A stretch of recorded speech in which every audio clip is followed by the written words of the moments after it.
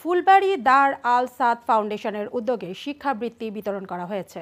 অনুষ্ঠানটি শিক্ষার্থীদের স্বপ্ন পূরণে গুরুত্বপূর্ণ ভূমিকা রাখবে বলে বক্তারা আশাবাদ ব্যক্ত করেন। বিস্তারিত অলিউর রহমান তামিমের রিপোর্টে। ফুলবাড়ী দার আল সাদ ফাউন্ডেশনের উদ্যোগে শিক্ষাবৃত্তি বিতরণ করা হয়েছে।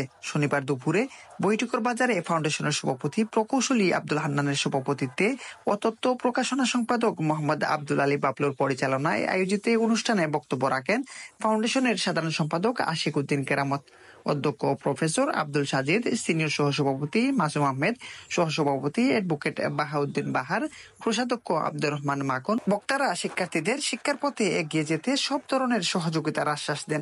আমরা খুবই হ্যাপি, আমরা এই স্টুডেন্ট যারা এইখানে উপস্থিত হয়েছেন, গার্ডিয়ান সহ সবাই উৎফুল্ল হয়েছেন, অনুপ্রাণিত হয়েছেন আমাদের এই অনুষ্ঠানে, এবং আমরা তাদেরকে এই কমিটমেন্ট দিছি, এই ওয়াদা দিছি যে কোনো সময় যে কোনো সমস্যার জন্য আমরা তাদের পিছনে থাকবো। আমরা প্রত্যেক বছরই আমরা একটা না একটা সামাজিক কাজের মধ্যে আছি। গত বছর আমরা আনুষ্ঠানিকভাবে 24 জনকে দিয়েছিলাম, 2 জনকে আমরা সারাটা বছর ওদের শিক্ষা খাতে যে খরচটা সেটা আমরা চালিয়ে গিয়েছিলাম।